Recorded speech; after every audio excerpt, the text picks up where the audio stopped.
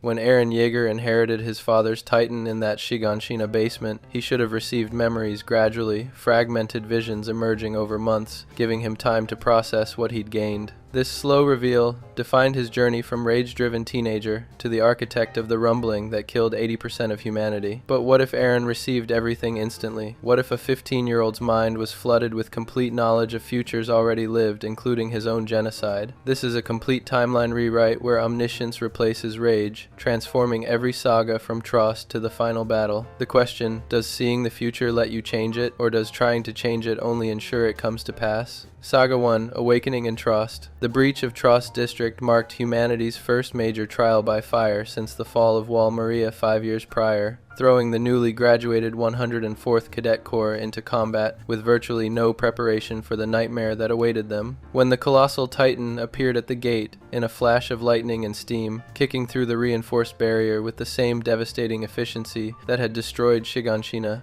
the cadets found themselves facing the very monsters they had trained to fight with nothing but theoretical knowledge to guide them. The initial assault scattered the defensive forces into chaos as Titans poured through the breach, and in those first desperate minutes of combat, the illusion of competence that graduation had provided shattered against the reality that all their training exercises had been preparation for a war they were fundamentally unprepared to fight. Eren Yeager's first real mission ended in catastrophe when his squad encountered Titans in the city streets, and their coordinated assault fell apart under the pressure of actual combat. Thomas Wagner died first, bitten in half so quickly that his screams barely had time to register before his body disappeared down a Titan's throat. The rest of the squad scattered in panic, their formation dissolving as survival instinct overrode training. When Eren saved Armin Arlert from a Titan's jaws by shoving him out of the way, the creature's teeth closed around Eren instead, severing his left arm and leg before swallowing him whole. His friends watched in horror as the boy who had sworn to kill every Titan disappeared into the monster's gullet,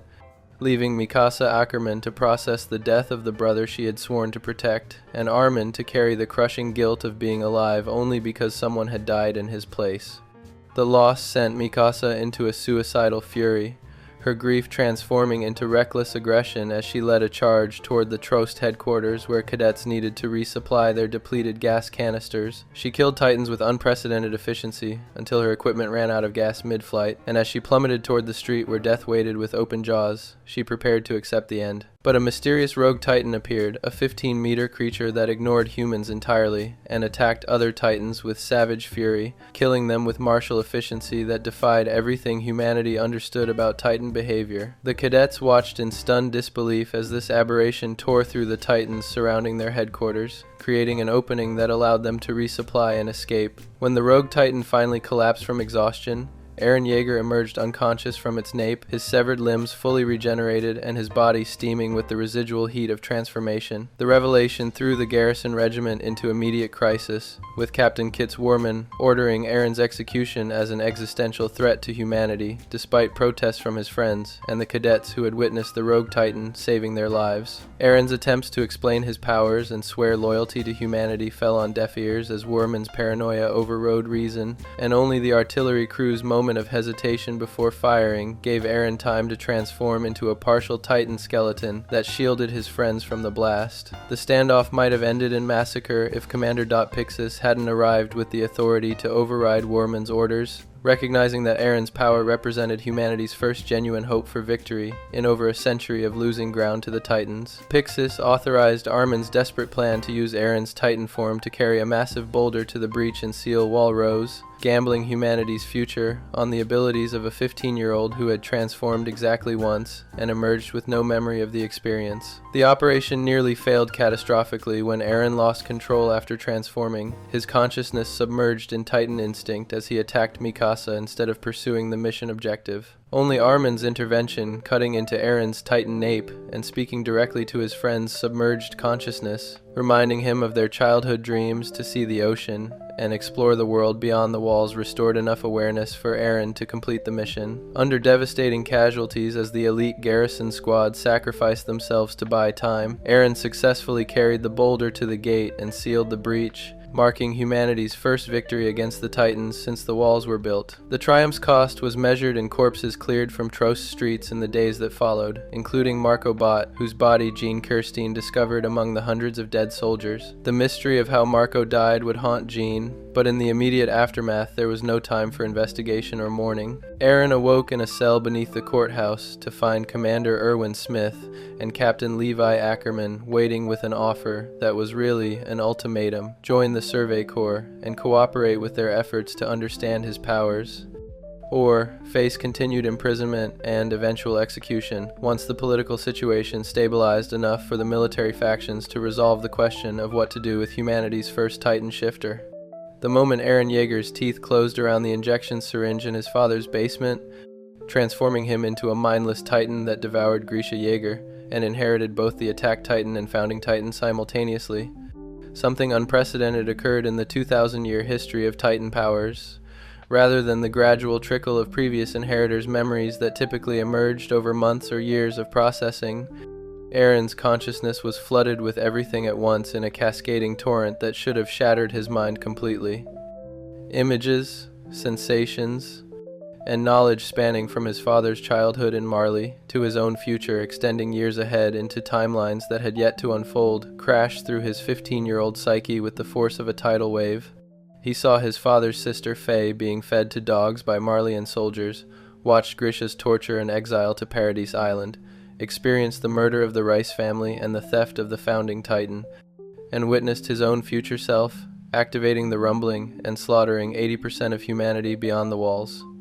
When Eren woke in his bed that morning with Mikasa standing over him crying as she always did after his nightmares about the day his mother died, he was no longer simply a traumatized boy driven by revenge against the Titans that had destroyed his life. He was a 15-year-old consciousness, trapped in a body that felt foreign and inadequate, his mind struggling desperately to process decades of memories that weren't his own and futures he had supposedly already lived through in excruciating detail. The psychological fracture occurred immediately and completely, manifesting in subtle ways that only someone who knew him intimately might notice.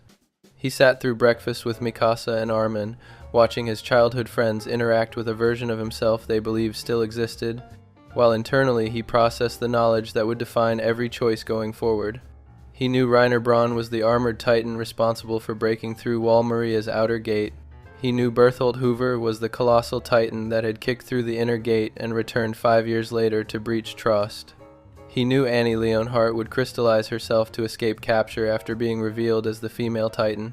He knew his own father had murdered the Rice family, women and children included, and stolen the Founding Titan through methods so brutal that the memories made him physically ill. He knew that Armin would inherit the colossal Titan after Berthold's death, that Commander Erwin Smith would die in Shiganshina, choosing to sacrifice himself rather than be saved, that Sasha Brous would be killed by a child soldier named Gabby during a raid on Marley, and that he himself would activate the rumbling and become responsible for genocide on a scale that dwarfed any atrocity in human history. The weight of that knowledge, knowing every death, every betrayal, every tragedy that would unfold if events followed their original course, combined with the uncertainty of whether changing anything would make outcomes better or catastrophically worse, created an impossible burden for a mind barely old enough to understand the complexities of military strategy, let alone the moral implications of predetermined fate versus free will. The question that haunted every waking moment was deceptively simple yet philosophically paralyzing. If he possessed complete knowledge of a timeline that led inevitably to his own death and the rumbling's genocide, was he obligated to follow that path because deviating might create something worse, or could he use that knowledge to forge a genuinely different future? His first test came during the Trost District attack, when the colossal Titan appeared and destroyed the gate exactly as his inherited memories showed it would happen. Eren watched Berthold Hoover transform in a flash of lightning and steam, kick through the reinforced barrier with devastating efficiency, then vanish without a trace in the way that only the colossal Titan could manage, and he said absolutely nothing to his squad about the massive nervous boy being responsible for the breach that was about to kill hundreds of their fellow soldiers. The internal debate raged with vicious intensity as he fought alongside cadets who had no idea they were being sacrificed as pawns in a war they didn't understand. Should he expose the traitors immediately and risk Marley sending an even more devastating force to Paradise before humanity had time to prepare adequate defenses? Should he capture them for interrogation, extracting information about the world beyond the walls years earlier than would naturally occur? Or should he let events play out as they had in his memories, maintaining the element of surprise while gathering his own strength and understanding of his Titan powers before making any moves that would reveal his foreknowledge. The strategic calculus was overwhelming for someone whose previous decision-making process had been motivated purely by emotion and revenge fantasies, and when the Titan's jaws closed around him after he shoved Armin out of the creature's path, Eren made a split-second decision that would define everything that followed. He transformed deliberately and consciously, unlike the original timeline where pure survival instinct and unconscious desperation had triggered his first shift into a mindless rogue Titan that operated on autopilot. This time, Eren activated the power with full awareness, having seen himself use it dozens of times in the inherited memories, manifesting his Titan form with far greater control than any first-time shifter should possibly possess, according to everything the world understood about Titan transformation mechanics. The difference was immediately apparent to anyone watching closely. Where the original rogue Titan had attacked other Titans with mindless fury and aggression, this version moved with purpose and precision, utilizing martial arts techniques that Eren had observed through memories of Annie's training, combined with combat instincts inherited from previous Attack Titan holders.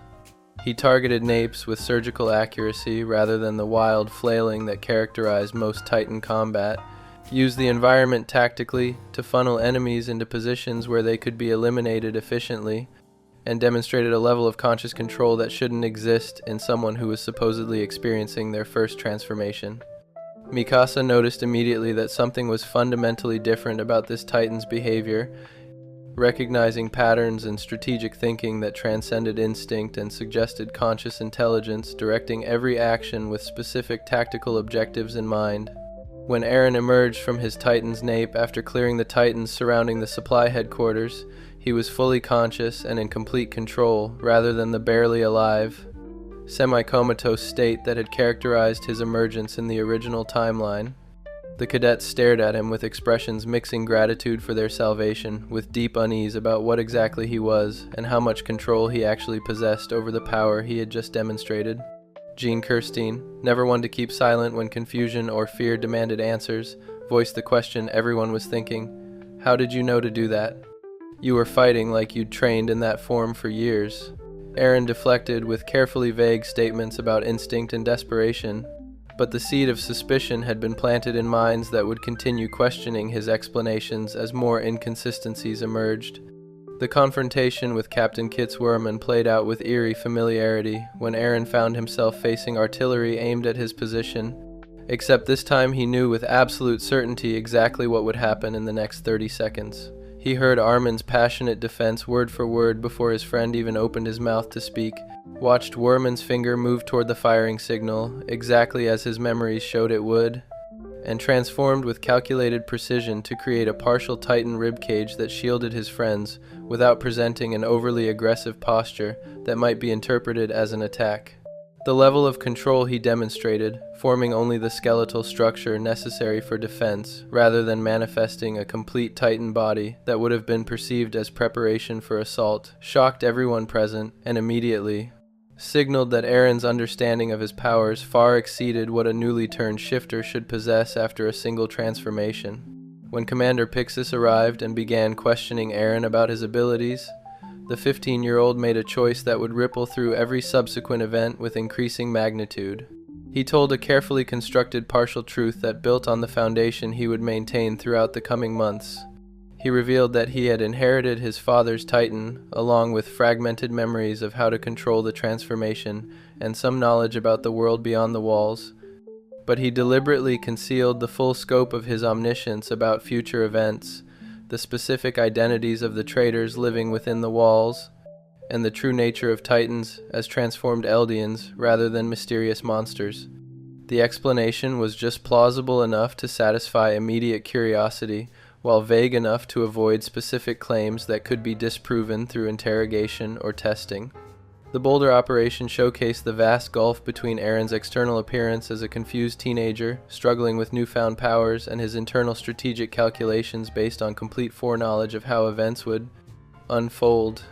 He accepted the mission, knowing with absolute certainty it would succeed because he had already lived through this victory in his inherited memories. But he deliberately allowed himself to appear uncertain and afraid of failure, maintaining the facade that he was simply a lucky, determined cadet, rather than someone playing a vastly more complex game than anyone realized. When he transformed and approached the boulder, Eren maintained enough conscious control that he never attacked Mikasa or required Armin's intervention to restore his awareness, as had happened in the original timeline. He completed the operation with an efficiency that both impressed and deeply unnerved the military leadership watching from the walls. The cost in lives remained horrifyingly high. Despite Eren's foreknowledge, he couldn't save every soldier without revealing too much about what he actually knew and why he knew it with such certainty. But several members of the elite garrison squad who had died in the original timeline buying time for Eren to complete his mission survived in this altered version of events, their lives preserved through subtle tactical suggestions Eren made during the planning phase that seemed like reasonable battlefield intuition rather than certain knowledge of exactly where Titans would appear and when specific soldiers would be overwhelmed. Ian Dietrich, the squad leader who had died holding the line, survived with severe injuries that would take months to heal. Mitabi Jarnach, who had sacrificed himself in a suicidal distraction maneuver, lived because Eren's adjusted approach to the boulder eliminated the need for that particular sacrifice. The aftermath of Trost's reclamation found Eren in the same cell beneath the courthouse as the original timeline, but the conversation with Erwin Smith and Captain Levi Ackerman took a fundamentally different tone from the start. Erwin had built his legendary reputation on the ability to read people with supernatural accuracy, and he immediately recognized that something about Eren's behavior patterns and responses didn't align with typical experiences of Titan shifters who were still processing the trauma of their first transformation.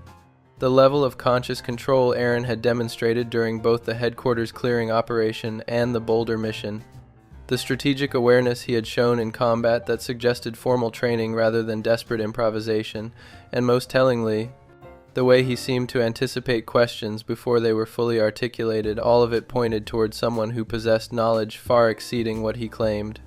Levi remained characteristically skeptical throughout the initial interrogation, watching for any microscopic sign of deception, while Eren carefully navigated the conversation like someone walking across a frozen lake, where any wrong step could send him plunging into depths from which there would be no escape.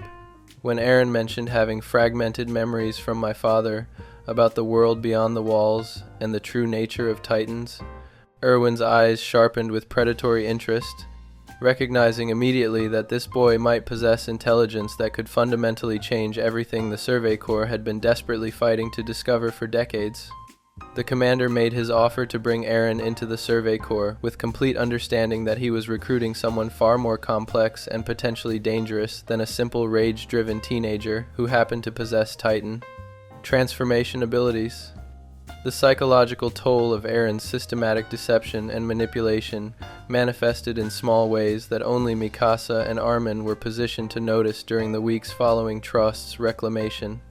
He would sometimes stare at Reiner Braun, Berthold Hoover, and Annie Leonhardt with an expression that flickered between barely controlled rage and something more calculating and cold, quickly schooling his features back to normalcy whenever others looked his way. He asked questions during training sessions that revealed knowledge no cadet should possess about Titan physiology and behavioral patterns, deflecting inquiries about where he had learned such specific information with vague references to his father's memories. He developed an almost obsessive focus on mastering hardening techniques and crystallization abilities, pushing himself in training with an intensity that confused his instructors but aligned perfectly with capabilities he knew he would need for future battles that others couldn't anticipate.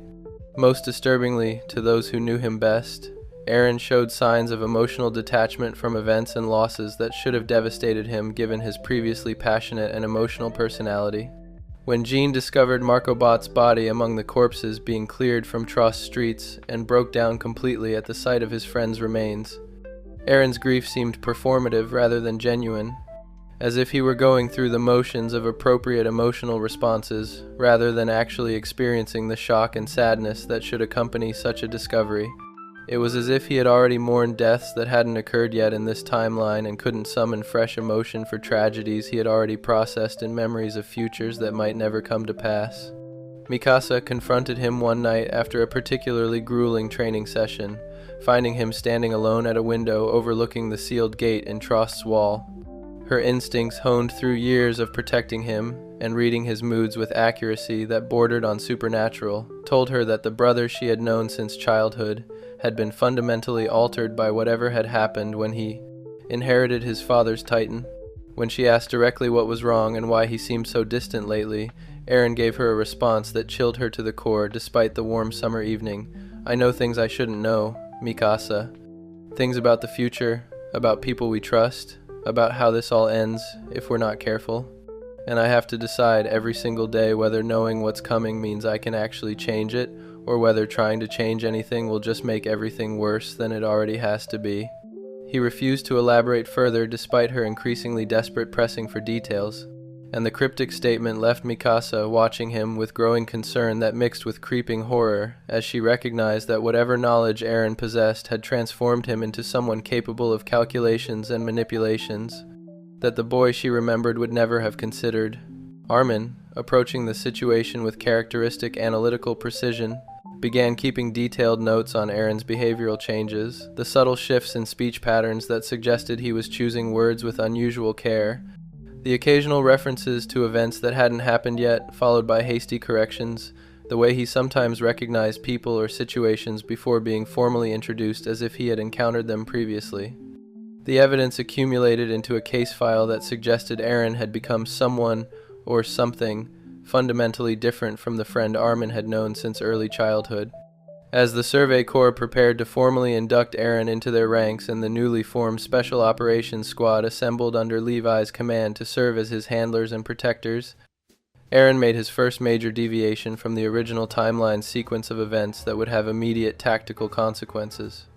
During a private meeting with Erwin Smith, he revealed specific information about Annie Leonhardt that he claimed came from his father's inherited memories, that she possessed unique martial arts training, completely unlike anything other cadets had learned, that her fighting style suggested she had been trained by someone with extensive knowledge of how to kill titans and humans efficiently, and that she should be watched very closely during the upcoming expedition beyond the walls because she represented a potential security threat that could compromise the entire mission if left unmonitored. Eren provided just enough specific detail to seem credible and actionable without revealing that he knew, with absolute certainty, Annie was the female Titan who would slaughter dozens of Survey Corps soldiers during the forest operation. He was gambling that this early warning would position him as a valuable intelligence asset whose fragmented memories could be leveraged for strategic advantage, while simultaneously allowing him to manipulate the upcoming expedition's outcome to prevent some deaths without revealing the full extent of his foreknowledge. Erwin listened with his characteristic, inscrutable expression that revealed nothing about his internal assessment, filing away the information while studying Eren with renewed intensity. The commander recognized that this boy's supposedly fragmented memories seemed remarkably specific and tactically useful for someone who claimed only partial and uncertain knowledge about potential future threats. The stage had been set for a fundamentally altered version of events going forward, with Eren successfully positioned as a strategic player operating on multiple levels rather than a simple emotional reactor driven by rage and revenge. He had transformed in front of hundreds of witnesses with far greater control than should be remotely possible for a first-time shifter, completed humanity's first genuine victory against the Titans in over a century while demonstrating tactical awareness that exceeded his supposed experience level, and planted carefully calibrated seeds of information that would affect how the military leadership approached future operations and threat assessments. The three traitors within the walls, Reiner, Bertholdt, and Annie remained free and unsuspected by most of the military, but Eren watched them with the patient calculation of a predator who knew exactly when and how his prey would reveal themselves, waiting for the optimal moment to spring traps that would maximize strategic advantage, while minimizing the risk of Marley realizing that Paradis possessed an intelligence source they couldn't account for. The question that continued to haunt Eren's sleepless nights, growing more pressing and philosophically torturous with each passing day, remained the same one that would define every subsequent choice as events progressed. If he possessed complete knowledge of a timeline that led inexorably to the rumbling and his own death at Mikasa's hands, was he morally obligated to follow that path because it represented some kind of predetermined fate written into the fabric of reality itself, or could he legitimately use his foreknowledge to forge a genuinely different future? And if he tried to change fundamental events rather than simply optimizing outcomes within the existing timeline structure, would the universe find ways to course correct back toward the same inevitable conclusion through different paths? Or would his interference create butterfly effects that cascaded into scenarios potentially far worse than the genocide he remembered? If you're enjoying the video so far, don't forget to subscribe to our channel. Saga 2, Female Titan Arc. Original timeline, the 57th Exterior Scouting Mission. The military tribunal following Eren's emergence from his Titan form became a political battleground where Commander Nile Dock argued for execution, while Commander Erwin Smith proposed inducting Eren into the Survey Corps for a Titan expedition to reclaim Wall Maria. The heated debate nearly descended into chaos until Captain Levi brutally beat Eren in a calculated display that demonstrated he could be controlled. Commander-in-Chief Darius Zackley ruled that Eren would be placed under Survey Corps custody, with the condition that failure in the next expedition would result in his execution. Eren was assigned to the Special Operations Squad under Captain Levi elite soldiers Petra Ral, Oluo Bozado, El Jin, and Gunther Schultz tasked with guarding and potentially eliminating him.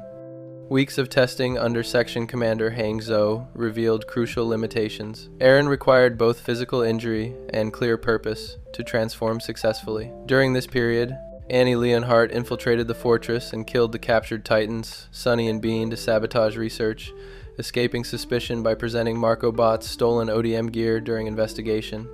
Erwin's recruitment speech laid bare the brutal reality of Survey Corps service, staggering casualty rates, and likely death beyond the walls. 21 cadets remained, including Reiner Braun and Berthold Hoover, who joined to maintain their cover while Annie chose the military police. The month of preparation revealed that Eren's transformation required both injury and purpose, demonstrated when an accidental shift produced only a malformed Titan arm that terrified his handlers until Levi intervened. The 57th expedition departed from Karani's district with Erwin's long-distance enemy scouting formation, designed to avoid Titan contact through colored flare signals. What most soldiers didn't know was that Erwin suspected a Titan shifter spy and planned to capture them using special restraining weapons. Eren was positioned safely at center rear, while false information about his location was leaked. Annie received this misinformation from Reiner and transformed into the female Titan, massacring dozens of soldiers in the right flank while systematically checking identities, demonstrating martial arts training that betrayed her warrior background. The female Titan's rampage showed capabilities far exceeding normal Titans: selective targeting, crystalline hardening, protecting her nape, and tactical awareness suggesting human intelligence. When Armin's team encountered her, she spared him after checking his identity, confirming to the strategic cadet that a human controlled this Titan. Reiner engaged alongside Armin and Jean, secretly carving coordinates indicating Eren's true location into her palm betrayal disguised as heroism. Erwin led the formation into the forest of giant trees where veterans successfully restrained the female Titan, but when extraction attempts were thwarted by her hardening, she used her scream to summon Titans that consumed her body, allowing Annie to escape in the chaos. The retreat order came too late for the Special Operations Squad when Annie ambushed them, killing Gunther before they realized the threat. Eld, Petra, and Oluo engaged with years of experience, but Annie's hardening protected her nape, and she slaughtered all three in seconds. Eren transformed in blind rage but was completely outmatched by her martial arts training. When Eren hesitated after recognizing Annie's fighting stance, she delivered a devastating strike and bit him from his Titan's nape. Only Mikasa and Levi's combined efforts rescued Eren, with Levi breaking his ankle. The Survey Corps returned in absolute defeat, dozens dead, including the elite squad, public opinion turning viciously against them. Armin's deductive reasoning identified Annie as the female Titan through analysis of fighting style and Marco's stolen gear, leading to an operation in Stohes district. The confrontation devastated the city when Annie transformed, and hundreds of civilians died as Eren fought her through the streets. Annie nearly escaped by climbing wall rows until Mikasa severed her fingers. Rather than face interrogation, Annie crystallized herself in an impenetrable shell, taking all knowledge about Marley into comatose sleep. What if, timeline, the Architect's Gambit? Eren stood in Commander Erwin's office 3 days before the 57th expedition, carefully appearing uncertain rather than someone who had lived through the coming disaster. Erwin studied him with calculating intensity while Levi watched for deception. The question hung between them. You've told us Annie Leonhardt possesses unusual training, suggesting enemy infiltration. Do these memories show you what will definitely happen, or only what might happen under conditions we could alter? Eren had rehearsed this moment dozens of times, gaming out every response and consequence. He explained the memories came in fragments, sometimes experiencing specific events with clarity, other times only vague warnings without concrete details.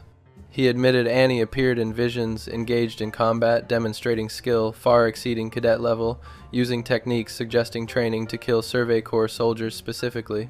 But he claimed uncertainty whether these were future events or his father's paranoid assessments. The ambiguity gave Erwin actionable intelligence without revealing complete foreknowledge. Annie would be watched, support squads positioned, but Eren maintained plausible deniability. Erwin's slight nod indicated success. He would act while filing away suspicions for later investigation. The 3 days before departure became psychological torture. Training with the Levi squad soldiers who had died defending him in the original timeline presented unique challenges. Petra's kindness, Oluo's Levi impressions, Eld's leadership, Gunther's competence. Eren absorbed every interaction with desperate awareness of memorizing faces already watched die once. The knowledge created impossible paradox: expose Annie immediately and risk Marley's retaliation, or let events play out and sacrifice lives for strategic advantage. The moral calculus made him understand why his future self had chosen the path to the rumbling.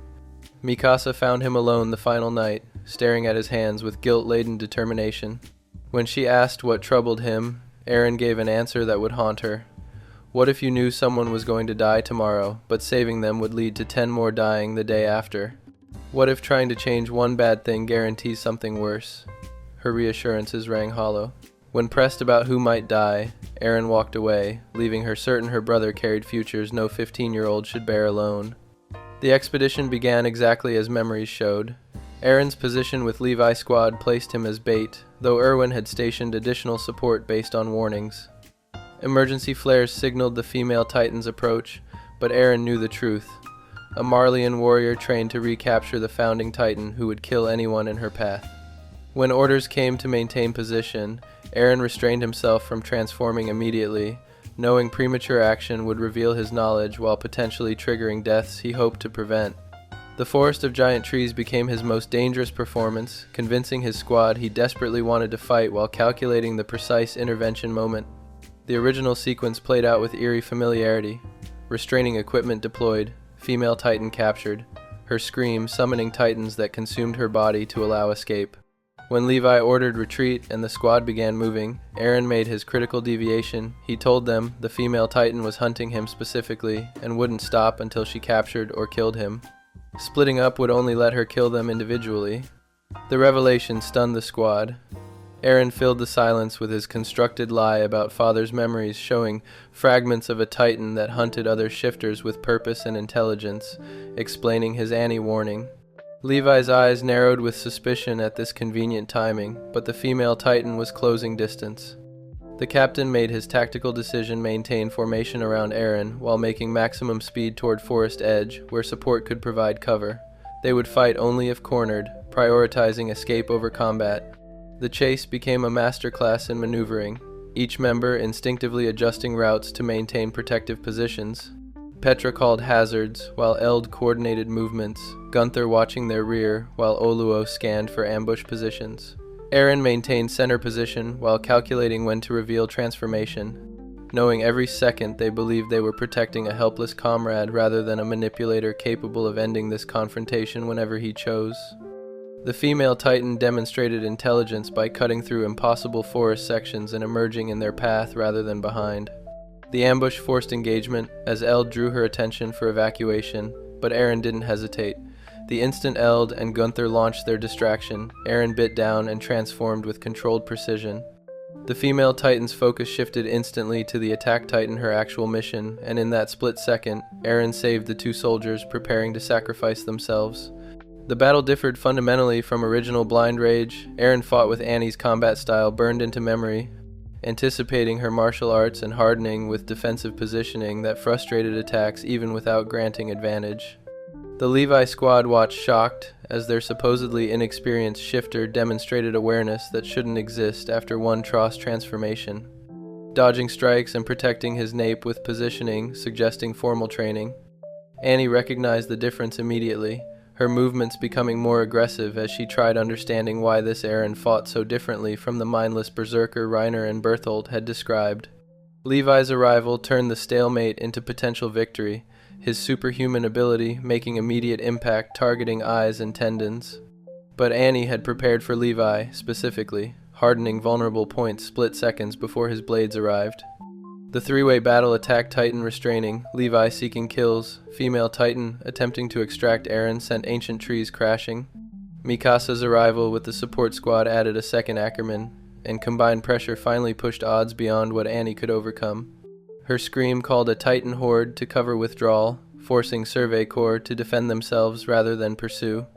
Eren emerged exhausted but conscious, his greater control allowing awareness rather than semi-comatose state. The immediate aftermath found Levi's squad alive and uninjured, stark contrast to all four dying in original timeline. They stared at Eren with gratitude mixed with unease, unsettled by how differently he'd fought. Levi approached and kneeled. You knew exactly how she would fight. That wasn't instinct, you anticipated her moves like you'd studied her for years. Talk. Eren delivered his half-truth about transformation, bringing combat knowledge flashes he couldn't explain, like muscle memory from fights never experienced, carefully avoiding foreknowledge claims while leaving the door open for Levi to assume Titan powers explained the discrepancy. The expedition's return carried fundamentally different atmosphere from original catastrophic failure. While the mission technically failed and soldiers died, the Survey Corps had defended their shifter and demonstrated even intelligent abnormals could be fought to stalemate. The Levi squad had survived their combined experience preserved. Within military hierarchy, assessment was unambiguous. Eren was far more capable, valuable, and potentially dangerous than anticipated. Investigation into the female Titan's identity accelerated as Erwin and Hanj analyzed battle evidence. When Armin presented analysis connecting Annie to Marco's stolen gear and the female Titan's fighting style, Eren made his second major deviation. He pulled Armin aside and admitted he'd known about Annie before the expedition, but waited for strategic reasons he couldn't fully explain. Armin's reaction cycled through disbelief and betrayal before settling into cold analytical assessment. His question cut to the moral heart. The Levi squad almost died because you waited. How many other people are you planning to let die because your strategic reasons require it? Eren had no satisfying answer, and the silence contained the death of innocence in their friendship. The plan to expose Annie during prisoner transfer proceeded with the three childhood friends in tense coordination despite new fractures. The trap played out with same basic structure. Annie led underground where transformation was impossible, confronted with evidence, forced to surrender or fight. But Eren approached with complete knowledge of her reaction, positioning to minimize civilian casualties when confrontation escalated. Annie's transformation bursting through the street created the catastrophic scenario Eren remembered. He transformed immediately, but this time fought with refinement of someone who'd battled this opponent before, anticipating hardening and focusing on wearing down stamina rather than overwhelming offense that would be countered. Buildings crumbled as Titans grappled, civilians dying despite evacuation attempts because destruction scale exceeded protection ability. Eren prevented some catastrophic collapses through positioning that channeled attacks from populated areas, but costs still ran into hundreds. When Annie attempted crystallization, Eren recognized the moment and made his decision instead of preventing hardening in mindless rage. He allowed it to complete but positioned her to crystallize where she could be secured and studied. The aftermath found Eren standing over Annie's crystal prison while survivors searched rubble. Mikasa approached silently, her protectiveness tempered by awareness that childhood Eren had been replaced by someone who calculated acceptable losses. She asked the building question, "Did you let this happen on purpose? Could you have stopped her before she transformed and saved all these people?" Eren's response carried weight of someone who'd lived through worse scenarios. "I could have stopped her earlier. But if I had, Marley would know we know about them, and they would send more warriors before we were ready. Sometimes the people who die today are the price of making sure more don't die tomorrow." Mikasa's silent stare at the crystal communicated she understood the logic, but wasn't sure she could forgive him for making that choice. Political fallout transformed military authority within walls as the Survey Corps' successful capture finally justified resource expenditure.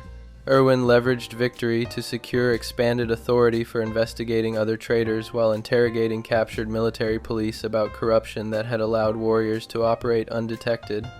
Eren submitted to intensive debriefing, carefully revealing his father's memories, suggested the colossal and armored titans were also infiltrators, but claiming uncertainty about specific identities.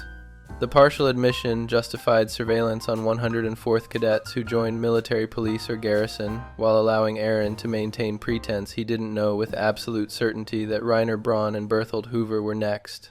Targets who would eventually expose themselves. Weeks following, Stohess saw relationships fundamentally altered. The Levi squad maintained professional distance, grateful but unsettled by how close they'd come to being acceptable casualties.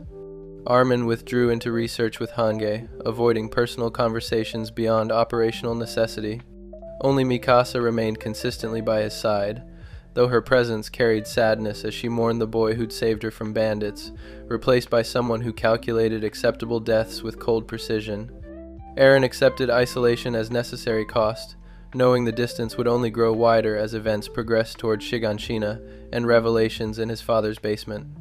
The stage had been set for the next phase, Annie captured but comatose.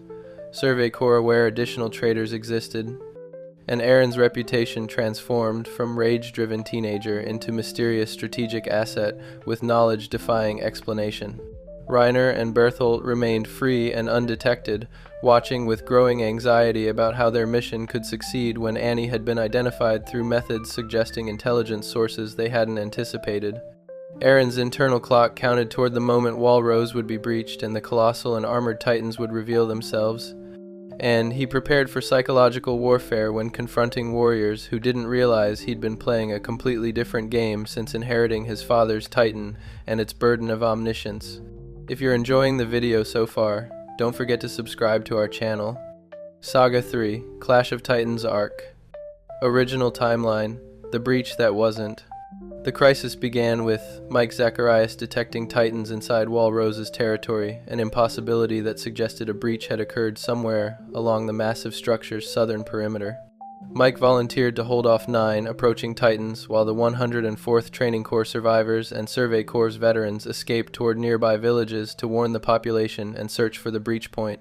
What should have been a routine sacrifice play for humanity's second strongest soldier transformed into nightmare when the Beast Titan appeared, a massive ape-like aberration covered in fur that demonstrated unprecedented intelligence by speaking human language and questioning Mike about his ODM gear before ordering the surrounding titans to devour him alive. Mike's death marked the first appearance of a threat that would reshape humanity's understanding of the Titan's true nature and the organized enemies orchestrating attacks from beyond the walls. The scattered Survey Corps units discovered contradictory evidence as they searched Wall Rose's perimeter, villages destroyed with inhabitants missing but no actual breach in the wall itself, suggesting Titans had somehow appeared inside the territory without breaking through. Sasha Blouse returned to her home village to find it under attack, managing to save a young girl from a Titan through quick thinking and her father's training, though at the cost of discovering her entire community had been forced to abandon their traditional hunting lifestyle. Connie Springer found his village completely destroyed with a single immobilized Titan lying in the wreckage of his family home, its features disturbingly reminiscent of his mother, and its barely coherent speech welcoming him home in ways that suggested horrifying truths about the Titan's origins that no one was ready to comprehend. The situation escalated catastrophically when remnants of the 104th found themselves trapped at Utgard Castle as night fell, and Titans swarmed their position despite the creature's supposed inability to move after dark. Nanaba and Gelgar fought desperately to protect the unarmed cadets, their decades of experience buying precious time until both ran out of gas and were devoured while their students watched helplessly. As the castle crumbled under the Titan assault and death seemed inevitable, Ymir made the shocking decision to reveal herself as a Titan shifter, transforming and battling the creatures barehanded to protect her comrades, particularly Krista Lenz, whose true identity as Historia Rice and royal bloodline Ymir had somehow discovered. The revelation that a third Titan shifter had been hiding among them all along shattered assumptions about how many enemies had infiltrated humanity's ranks. While Ymir's sacrifice to bring down the castle and crush the attacking Titans beneath its rubble demonstrated loyalty that contradicted her suspicious origins, the respite was temporary. A top wall rose after Utgard Castle's fall. Reiner Braun casually revealed to Eren that he was the armored Titan and Berthold Hoover was the colossal Titan, a confession so brazen and delivered with such exhausted matter-of-factness that Eren initially thought it was a joke in poor taste. The reality crashed down when Reiner removed his bandages to show regenerating wounds, and Mikasa's immediate assassination attempt only succeeded in wounding both warriors before they transformed. The armored Titan fought Eren in brutal hand-to-hand combat that showcased the vast gulf in training between a rage-driven teenager and a warrior who had spent his entire life preparing for this mission, while the colossal Titan grabbed Ymir and another soldier before the Survey Corps could mount effective counterattack. Eren's borrowed combat techniques from Annie's training allowed him to briefly gain advantage through grappling and joint locks, but Berthold's 60-meter body drop onto both Titans ended the battle before Eren could capitalize, allowing the warriors to escape with both Eren and Ymir as hostages. The chase through Titan territory between Wall Rose and Wall Maria became a desperate gambit as Commander Erwin led a suicide charge with a horde of Titans following directly behind the Survey Corps formation, planning to use the creatures as weapons against the armored Titan. The strategy worked partially. Ymir fought alongside the warriors but showed visible reluctance about her allegiance, while Erwin sacrificed his own arm to the Titans while maintaining enough composure to direct the rescue operation. Armin's psychological warfare against Berthold, claiming Annie was being tortured, created the emotional opening necessary for soldiers to free Eren from the colossal Titan's grip, but the celebration was premature. Reiner threw Titans at the retreating Survey Corps, and one particular creature emerged from the chaos, the smiling Titan that had devoured Eren's mother 5 years prior, drawn to Eren through mechanisms no one understood. Hannes confronted the smiling Titan to finally avenge Carla Jaeger's death, but despite 5 years of training and desperation-fueled courage, he died the same way she had caught mid-strike and bitten in half while Eren and Mikasa watched helplessly.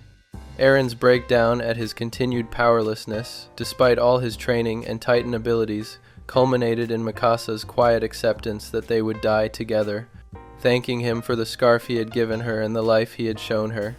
Eren's rage at his uselessness and desperate attempt to protect Mikasa with his bare fists somehow triggered an ability he didn't know he possessed, the coordinate, the founding Titan's power to control pure Titans through command.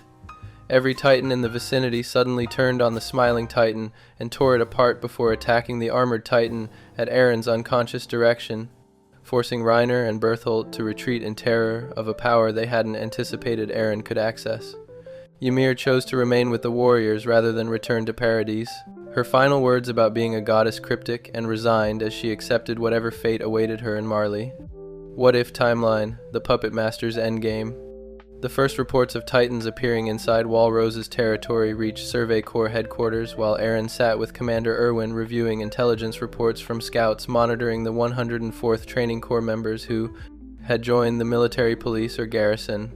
The moment messengers burst through the doors describing Mike Zacharias engaging Titans in the southern territories, Eren's carefully maintained composure cracked for a fraction of a second long enough for Erwin to notice the flash of recognition and grief that crossed his face before he buried it beneath strategic analysis. Eren knew with absolute certainty what was happening. The Beast Titan, his half-brother Zeke Yeager, operating under Marley in command, had somehow transported Titans inside Wall Rose as a diversion while Reiner and Berthold prepared to reveal themselves and kidnap him. He knew Mike would die horribly unless he intervened immediately, torn apart by Titans while the Beast Titan questioned him about humanity's technology with clinical detachment. He knew that Utgard Castle would become a slaughterhouse where Nanaba and Gelgar would be devoured, protecting unarmed cadets. He knew that Reiner and Bertolt would confess their identities atop Wall Rose before transforming and escaping with him and Ymir as hostages. The impossible strategic calculus paralyzed him for critical seconds. If he revealed that he knew about the Beast Titan's appearance and Reiner and Berthold's impending betrayal, he would have to explain how he possessed such specific foreknowledge about events occurring simultaneously across dozens of kilometers. If he warned the Survey Corps to save Mike, they would demand explanations about why he knew with such certainty that humanity's second strongest soldier was about to die. If he prevented Reiner and Berthold from kidnapping him, Marley would send different warriors, or perhaps the Beast Titan himself, directly to Paradise, and Eren still didn't know how to access the Founding Titan's full power without royal blood. But if he let events play out, as they had in the original timeline, Mike would die screaming, Nanaba and Gelgar would be torn apart, and the Survey Corps would sacrifice dozens of soldiers in the desperate rescue operation. The weight of those deaths pressed down on him as Erwin waited for his response to the crisis, and Eren made the first of many terrible choices.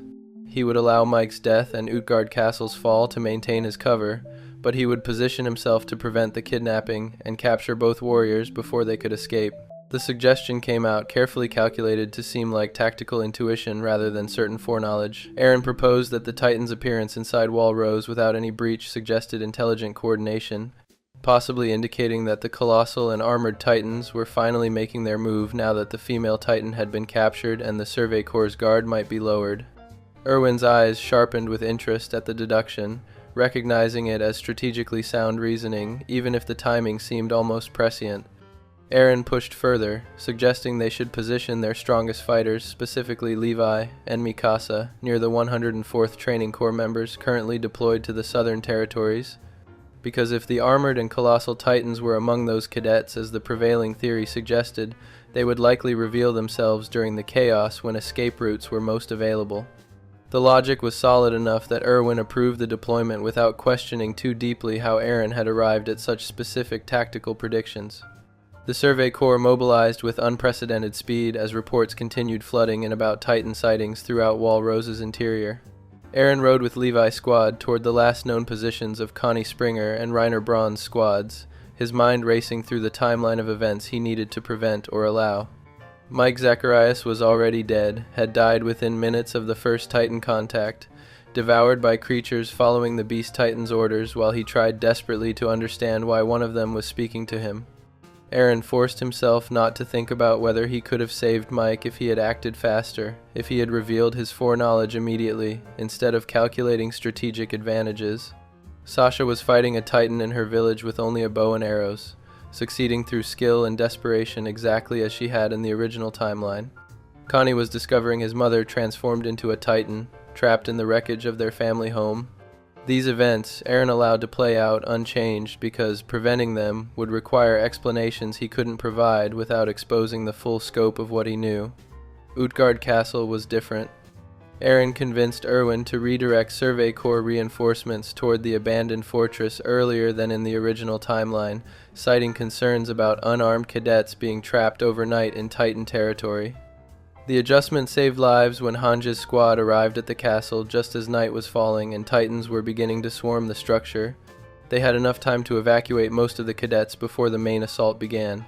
Nanaba and Gelgar still fought desperately to hold the line, but this time they had support from armed veterans and clear evacuation routes. Both survived, though Gelgar suffered injuries that would take months to heal. Ymir still revealed herself as a Titan shifter when the situation grew desperate enough, but this time her transformation came as a tactical choice to accelerate the evacuation rather than a last-stand suicide mission. Eren watched from a distance as Historia Rice Krista Lenz screamed in horror and confusion at her friend's transformation, and he filed away the knowledge that Historia possessed royal blood that could potentially unlock the Founding Titan's full power, information he would need in the future but couldn't use yet without revealing too much. The confrontation atop Wall Rose came exactly as Eren's memories had shown, exhausted soldiers catching their breath after Utgard Castle's evacuation, injuries being treated. The temporary illusion of safety shattered when Reiner Braun approached Eren with that same casual, almost dissociative tone, and said the words that had echoed through Eren's nightmares since he first inherited his father's memories.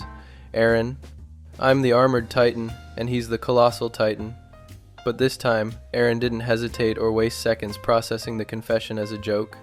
The instant Reiner finished speaking, before Bertholdt could fully register that his partner had actually confessed, Eren bit down on his hand and transformed with the controlled precision he had demonstrated since Trost.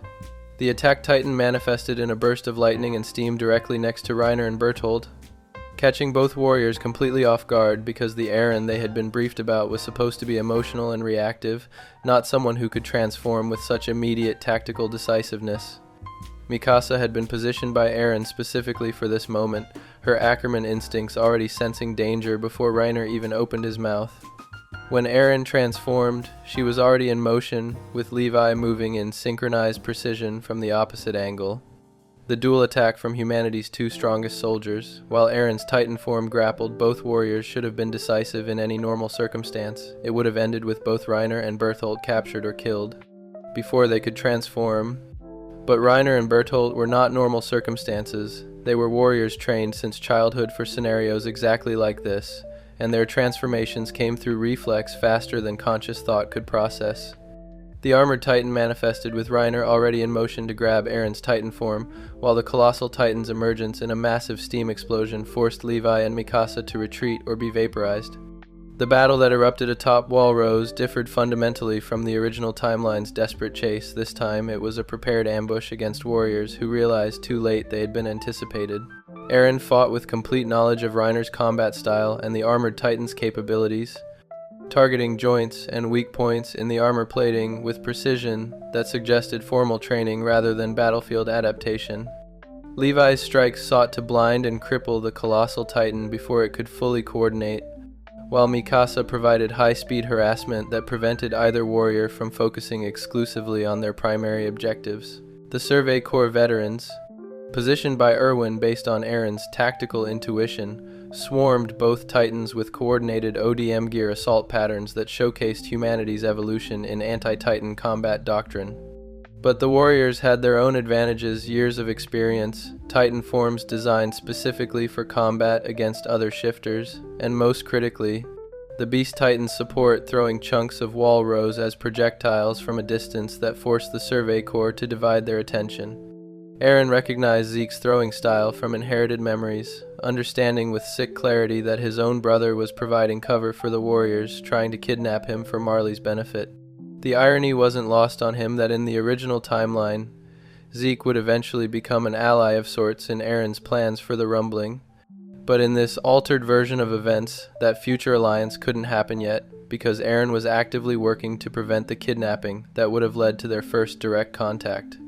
The stalemate broke when Bertholdt attempted his signature 60-meter body drop, but this time Eren had positioned himself anticipating the tactic.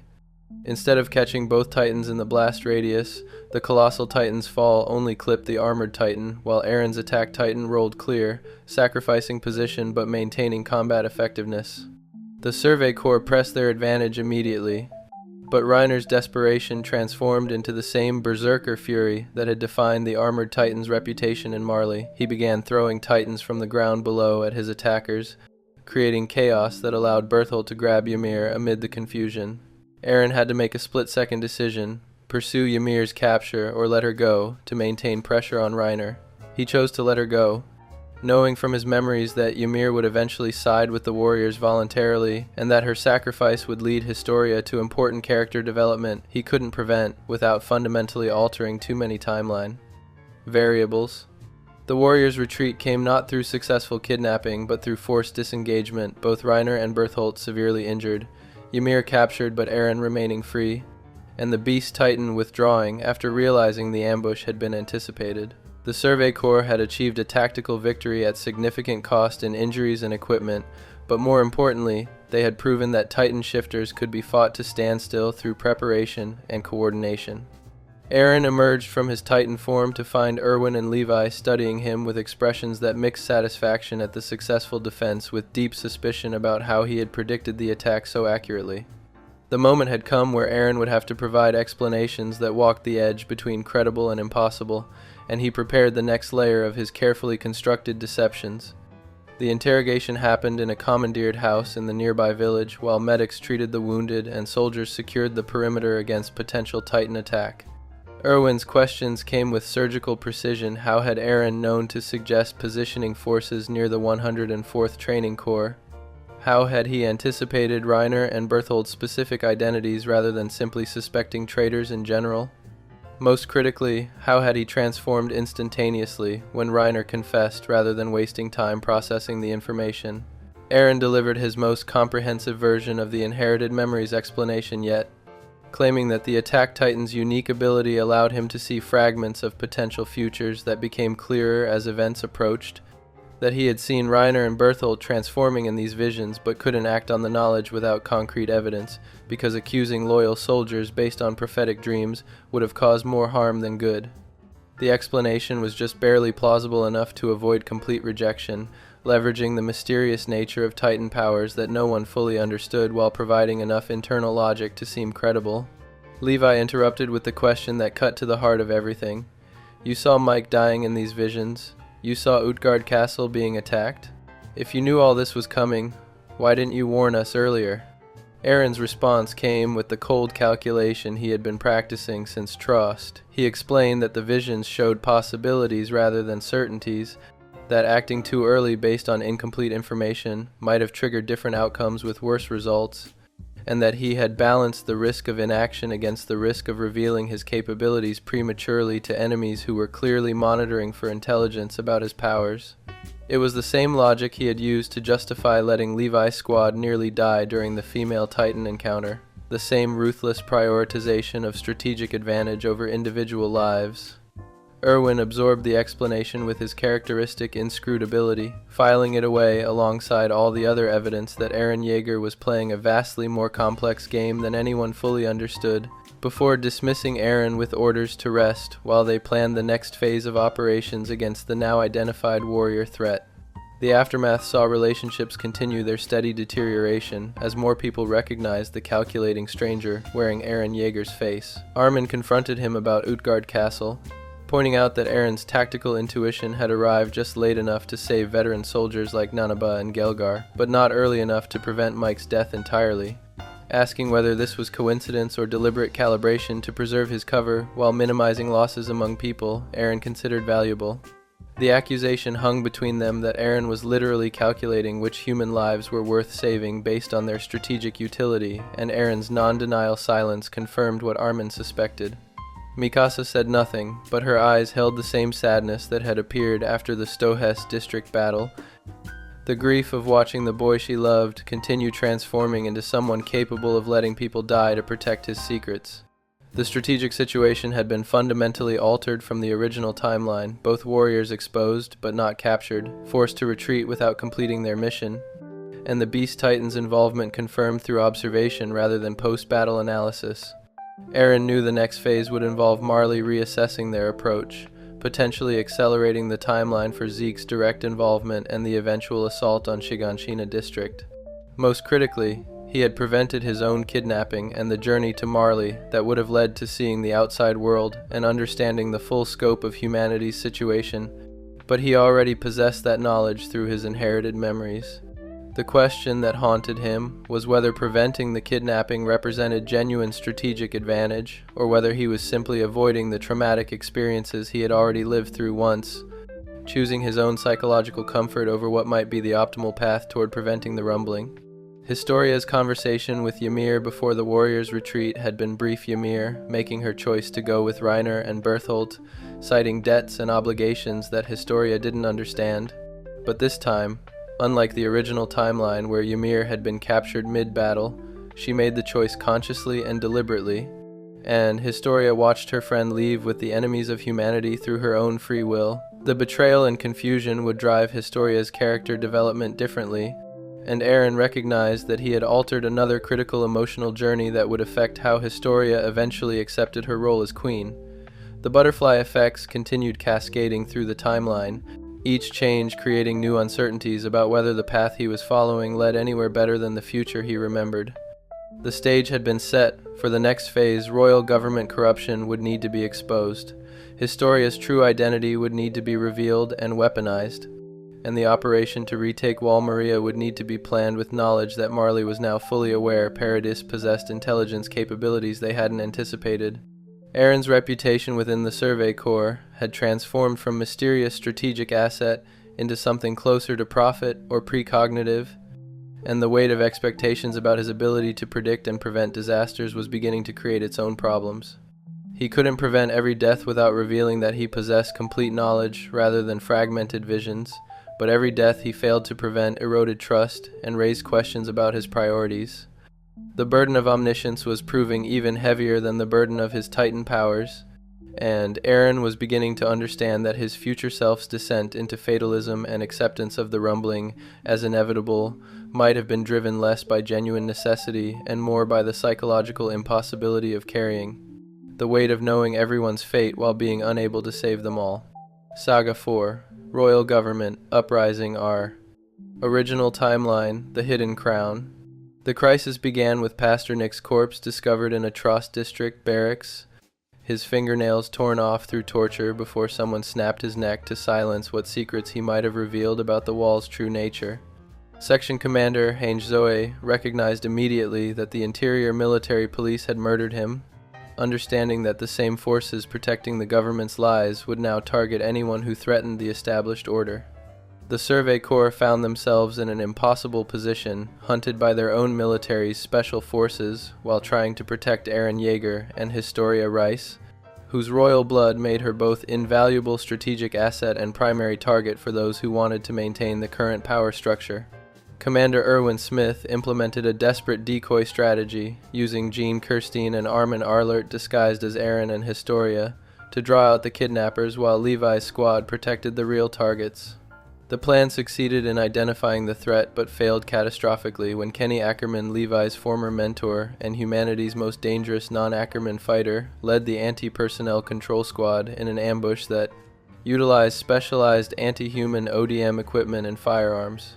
The interior MPs successfully captured both Eren and Historia, despite Levi's best efforts, leaving the Survey Corps scrambling to mount a rescue operation against enemies who operated with royal government authority and had no qualms about killing soldiers who got in their way. The political situation escalated when Erwin convinced Demo Reeves, a wealthy merchant whose business interests had been damaged by interior MP interference, to work with the Survey Corps in exchange for promises of future economic advantages. Reeves lured 2 interior squad members into a trap where Levi's interrogation revealed the truth that had been hidden for a century. The Rice family, not the publicly known Fritz royal line, were the true rulers of humanity within the walls, possessing the Founding Titan's power and using it to manipulate memories and maintain control. Kenny Ackerman murdered Demo Reeves when his betrayal was discovered, but the information had already reached Erwin, who began planning the most ambitious operation in Survey Corps history. A military coup d'etat to overthrow the government and install Historia as the new queen. Historia's kidnapping led to reunion with her father Rod Rice in an underground chapel beneath his family's territory, where he revealed her true heritage and the circumstances of her childhood abandonment. Rod explained that she had been hidden away to protect her from those who might use royal blood for their own purposes, and that her half-sister Frida Rice had inherited the Founding Titan 5 years ago, only to be killed and eaten by Grisha Yeager on the night while Maria fell. Rod showed Eren memories of that night through physical contact that triggered the Founding Titan's ability to access past inheritors' experiences, forcing Eren to witness his own father transforming into a Titan and slaughtering the Reese family to steal their power. The revelation shattered Eren's understanding of his father as a hero, replacing it with the horrifying knowledge that everything he possessed, his Titan powers, his mission, his very purpose was built on patricide and the murder of innocents, including children. Rod Rice pressured Historia to inject herself with Titan serum and eat Eren, claiming this would restore the Founding Titan to the royal bloodline and allow her to access the power to control all Titans and save humanity. Historia nearly accepted, driven by guilt over her sister's death and desperate desire to be needed and valuable, until Eren's words about living for herself rather than others' expectations broke through her conditioning. She chose to free Eren instead, shattering the syringe in defiance of her father's plans, but Rod licked up the remaining serum from the floor and transformed into an abnormally massive Titan that threatened to collapse the entire cavern. Levi's squad arrived in time for a desperate battle against Kenny's anti-personnel squad in the Crystal Caverns, while Eren used a serum bottle labeled Armor in desperation, manifesting the hardening ability that allowed him to create a protective crystalline structure that saved his friends from being crushed. The military coup proceeded simultaneously with the underground rescue operation, as Erwin manipulated the nobility into revealing their corruption before Commander-in-Chief Darius Zackley and the assembled military leadership. When Premier Dallas Zachary ordered the government's arrest and the military branches united against the royal government, The coup succeeded without significant bloodshed, but the real crisis came in the form of Rod Rice's abnormal Titan, twice the size of the colossal Titan, dragging itself toward Orvud district where its breach of Walsina would doom humanity. The Survey Corps mounted in desperate defense using barrels of gunpowder stuffed into a giant net, which Eren shoved into the Titan's exposed mouth after its face had been scraped away by dragging across the ground. The resulting explosion allowed Historia to deliver the killing strike against her father's nape, and she used the moment to publicly declare herself the true ruler of the walls before witnesses who spread word of the new queen. The aftermath saw Kenny Ackerman dying from injuries sustained in the chapel battle, revealing to Levi their family connection and explaining his motivations before passing away after giving Levi a stolen Titan serum. Historia was crowned queen 2 months later, implementing reforms, including an orphanage on her family's land, while the military was restructured under the new government. Eren and his friends sought out Commandant Keith Sades to learn more about Grisha's arrival 20 years prior, discovering that Keith had found Grisha outside Wall Maria with no memories and later witnessed him taking young Eren into the forest on the night Wall Maria fell. Keith's story revealed his own failed dreams of being special and his futile attempts to sabotage Eren's training to prevent him from following Grisha's path. The preparations for retaking Wall Maria commenced with renewed purpose, the Survey Corps finally possessing both the political backing and strategic advantages necessary to attempt the operation that could reveal the truth of their world. What if Timeline, the patient architect? The moment Pastor Nick's tortured corpse was discovered in a Tross district barracks, Eren Yeager sat in the Survey Corps temporary headquarters, staring at his hands, while Section Commander Hanji Zhou raged about interior military police, brutality, and government corruption. Every soldier in the room expected Eren to react with his characteristic fury at injustice, to demand immediate action against those who had murdered a man whose only crime was possessing dangerous knowledge. Instead, Eren remained eerily calm, his lack of emotional response so uncharacteristic that even Levi noticed the discrepancy. Captain Levi studied him with narrowed eyes, recognizing that Eren's stillness suggested not shock, but rather the composure of someone who had already processed this information, who had perhaps expected Nick's death, and calculated its place in the larger strategic picture. When Hanji asked Eren directly if he had any insights about why the government would move so aggressively now, Eren delivered his response with careful precision. They know Historia Rice is with us. They know she has royal blood. And they know that makes her dangerous to whatever they're trying to protect. The revelation that Eren somehow knew Historia's true identity before any official investigation had confirmed it sent immediate ripples through the room. Levi's hand moved subtly toward his blade while Hanja's eyes widened with questions they couldn't ask in front of the other soldiers. Eren had just admitted to possessing intelligence about Historia's royal lineage, information so closely guarded that even Historia herself had only recently learned the full truth without any plausible explanation for how he could know such things. When Hanji demanded clarification about the source of this knowledge, Eren fell back on his increasingly strained inherited memories explanation, claiming his father Grisha had left fragmented warnings about the Rice family and their connection to the founding Titan's power.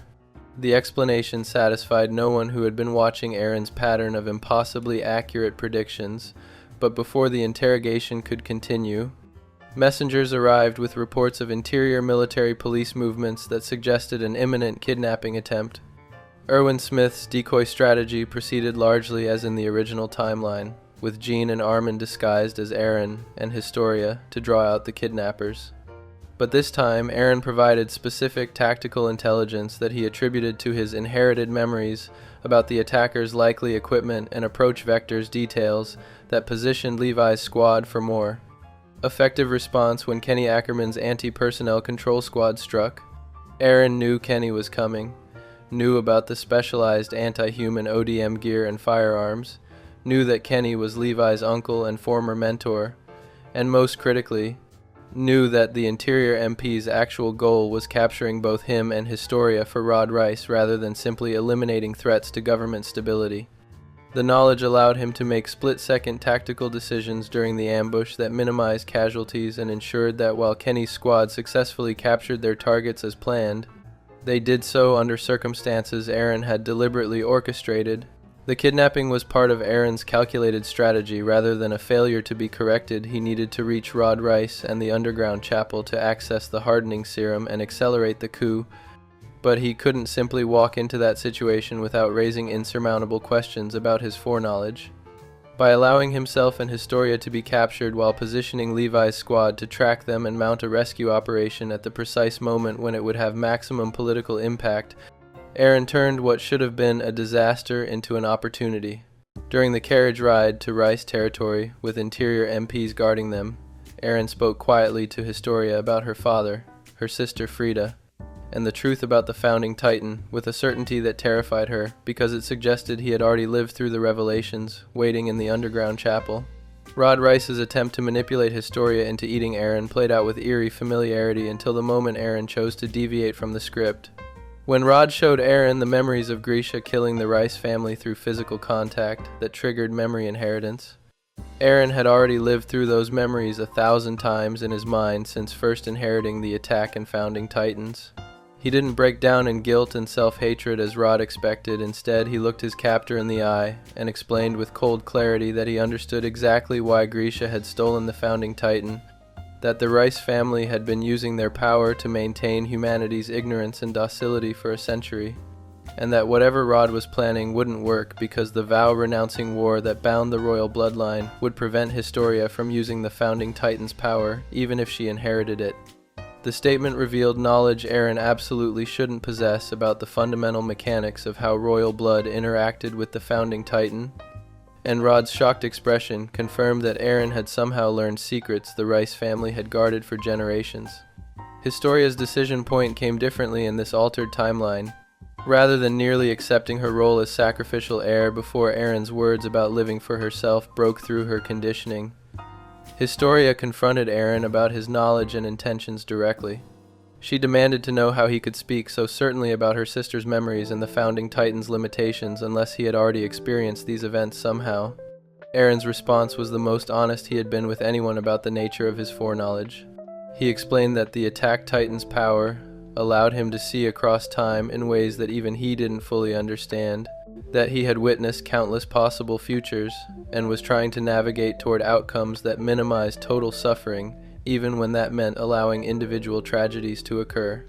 He told Historia that he needed her cooperation for the larger war coming against Marley and the outside world, that her royal blood was essential for accessing the founding Titan's full power, and that she had to choose freely to work with him rather than being manipulated because the future he was trying to create required her to be a genuine ally rather than a puppet. The moment of Rod Rice licking the spilled Titan serum and transforming represented Eren's first major miscalculation in this altered timeline. He had assumed Rod would repeat the same desperate action as in the original sequence of events, had even positioned himself to ensure the serum would spill in the right location, but he hadn't fully accounted for how Rod's behavior might change in response to Eren's revelations about the vow-renouncing war and the founding Titan's limitations. Rod transformed into an even more massive aberrant Titan than in the original timeline, driven by rage and desperation that manifested in physiological changes, making the creature both larger and more unstable. The crystal cavern began collapsing faster than Eren had anticipated, and for the first time since inheriting his powers, he faced genuine uncertainty about whether his knowledge of future events would be sufficient to prevent disaster. Levi's squad arrival and the battle against Kenny Ackerman's anti-personnel control squad in the Crystal Caverns played out with brutal efficiency on both sides. Kenny recognized immediately that something fundamental had changed about Eren's behavior and capabilities compared to intelligence reports. Watching the boy coordinate his friend's movements and direct Historia's actions with tactical awareness that suggested formal military training rather than instinct. When Kenny finally cornered Eren during the chaos and asked directly how a 15-year-old cadet possessed the strategic thinking of a veteran commander, Eren's response was deliberately cryptic. "I've lived through this fight before, Kenny Ackerman. I've lived through all of this before, and I'm trying to make sure it ends differently than it did the first time." The statement was simultaneously honest and misleading, confirming Kenny's suspicions that Eren possessed some form of temporal knowledge while avoiding specific details that would reveal the full scope. The armor serum's use came not through desperate improvisation but calculated precision. Eren knew exactly which bottle to grab, knew how the hardening ability would manifest, and positioned himself to create the crystalline structure that would save his friends while simultaneously proving to the Survey Corps leadership that he could produce strategic results from his inherited memories rather than just predicting threats. When the hardening succeeded in stabilizing the collapsing cavern and allowing everyone to escape, Eren's reputation transformed from suspicious prophet into proven tactical asset whose abilities, however mysterious their source, produced concrete results that saved lives. Erwin Smith watched the aftermath of the underground chapel battle and understood with complete clarity that Eren Yeager was playing a game so complex that even explaining the rules would require revelations about the nature of Titans and the outside world that humanity wasn't ready to process.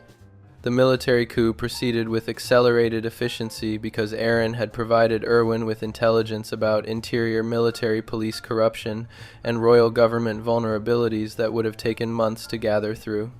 Conventional investigation. The nobles condemned themselves through their own words when confronted with the fake Walrose breach scenario, and Commander-in-Chief Zackley's authority, backed by all three military branches, made the transition of power both swift and legitimate. Historia's role in the new government was secured through her willing cooperation with the Survey Corps' agenda, understanding that Eren needed her positioned as queen for whatever larger strategy he was pursuing toward the eventual confrontation with Marley. Rod Rice's massive Titan assault on Orvud district became a showcase for how Eren's foreknowledge could be weaponized when he chose to use it openly. He knew exactly how large the Titan would be, knew its weaknesses and behavioral patterns, knew that its face would be scraped away by dragging across the ground, creating the perfect target for a gunpowder explosive. The defense strategy Eren proposed to Erwin was so precisely calibrated to the threat that even Hange questioned how he could know such specific tactical details about a Titan form that had never existed before. Eren's response that he had seen this fight in his inherited memories was wearing increasingly thin as an explanation, but the successful defense of Orvud district and Historia's dramatic public declaration of her true identity before witnesses validated the results, even if the methods remained mysterious. Kenny Ackerman's final conversation with Levi as he lay dying in the chapel ruins carried additional weight in this timeline because Kenny had recognized during the battle that Eren possessed knowledge that transcended normal precognition. With his last breaths, Kenny warned Levi that Eren Yeager was either humanity's greatest hope or its most dangerous threat, and that distinguishing between those two possibilities might prove impossible until it was too late to matter. He handed Levi the stolen Titan serum with instructions to use it when the choice between saving someone valuable and preserving abstract principles of fairness became unavoidable. Kenny's death removed one of the few people who had truly understood that Eren was operating on a completely different level of strategic thinking than anyone else in Paradise, and his warnings went largely unheeded because Levi was too focused on immediate operational concerns to fully process the philosophical implications. Historia's coronation 2 months later marked the culmination of Eren's political maneuvering. The Survey Corps now had both a legitimate government backing their operations and a queen who understood the larger context about Marley and the outside world because Eren had shared carefully curated information with her. The orphanage Historia, established on the Reese family land, served dual purpose as both genuine humanitarian effort and strategic positioning for the post-rumbling world Eren was trying to create.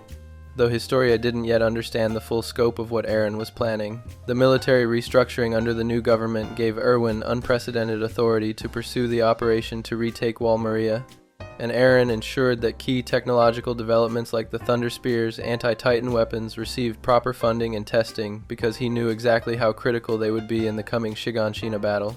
The visit to Commandant Keith Sades to learn about Grisha's history played out with Eren already knowing every word Keith would say, but needing to maintain the appearance of discovering this information naturally. He asked questions designed to elicit specific responses that would satisfy his friend's curiosity, while avoiding revelations that might complicate the narrative he was building about his inherited memories and their reliability. Keith recognized something deeply wrong in Eren's eyes during the conversation, a weariness and calculation that suggested someone carrying burdens far heavier than any teenager should bear, but dismissed it as the trauma of recent events rather than evidence of temporal knowledge spanning years into multiple possible futures. The preparations for the return to Shiganshina operation became Eren's most intensive planning phase yet, because he knew this battle would determine whether the timeline continued following the path toward the rumbling he remembered, or branched into genuinely unknown territory. He had prevented his kidnapping to Marley, had accelerated the government coup, had positioned Historia as queen years earlier than in the original timeline, and had established himself as a strategic asset whose foreknowledge was accepted even if not fully understood. But all of these alterations created butterfly effects that made the Shiganshina battle's outcome less certain than his inherited memories suggested, and for the first time since Trost, Eren faced genuine uncertainty about whether his manipulations had improved humanity's chances or simply rearranged the deck chairs on a ship that was always destined to sink. The relationships within his inner circle had deteriorated further, as more people recognized the calculating stranger wearing Eren Yeager's face. Armin barely spoke to him outside of tactical discussions, their childhood friendship reduced to professional cooperation between strategists who no longer trusted each other's motivations. Mikasa remained by his side, but with sadness that had become a permanent fixture in her eyes, mourning the boy she loved while protecting the weapon he had become. Even Levi, who had spent decades making ruthless calculations about acceptable sacrifices, found himself unsettled by Eren's cold precision in determining which lives to save and which to allow as casualties in service of larger strategic objectives.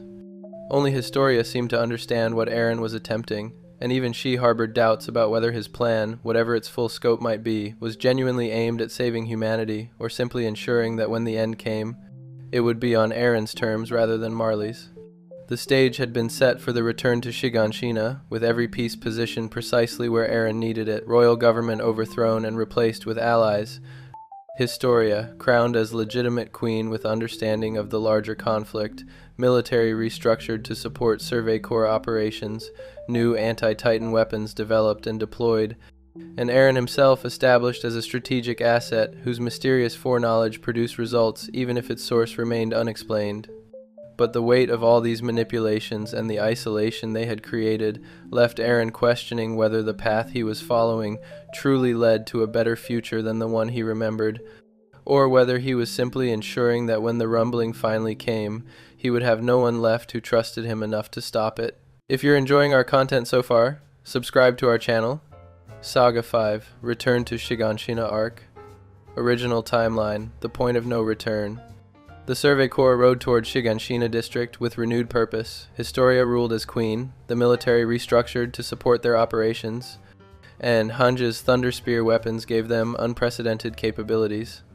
The night before departure, soldiers feasted on rare meat leading to rowdy celebrations where Sasha had to be restrained, and Eren fought with Jean over trivial insults masking deeper anxieties about the coming battle. Shiganshina appeared eerily empty, completely devoid of Titans.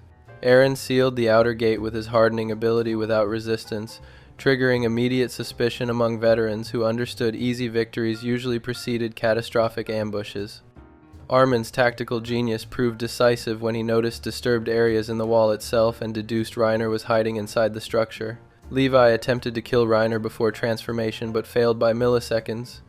The armored Titan's emergence signaled the trap's activation. The Beast Titan appeared outside the district with an army of Titans, hurling a massive boulder to seal the inner gate and trap the Survey Corps' horses, cutting off escape. The battle unfolded on two fronts as Erwin divided forces to defend horses and engage the armored Titan. Inside Shiganshina, Thunder Spears successfully blinded and paralyzed Reiner, but his final roar before losing consciousness signaled the Beast Titan to launch Bertholdt in a barrel into the district's center. Bertholdt's transformation from extreme altitude created a nuclear-scale explosion that devastated everything in the blast radius. Armin devised a sacrificial strategy where he would distract Bertholdt and goad him into burning Armin alive, allowing Eren to ambush from behind. The plan succeeded at horrific cost. Armin was burned beyond recognition, but Eren captured Bertholdt alive. Outside the wall, the Beast Titan's rock bombardment decimated Survey Corps soldiers with artillery-like precision. Erwin led all surviving recruits on a suicide charge toward the Beast Titan, knowing they would all die, but gambling their sacrifice would distract Zeke long enough for Levi to approach undetected. The gambit succeeded. Levi dismantled the Beast Titan's defenses with overwhelming speed, but before he could use the Titan serum to feed Zeke to a dying scout, the Cart Titan rescued Zeke and escaped. The aftermath presented an impossible choice. Both Armin and Erwin had been retrieved barely alive. Armin burned beyond recognition, Erwin missing his arm. Only one serum remained. Eren and Mikasa fought desperately for Armin's survival, physically confronting Levi when he declared intention to save Erwin. The confrontation nearly descended into violence before Hanji intervened.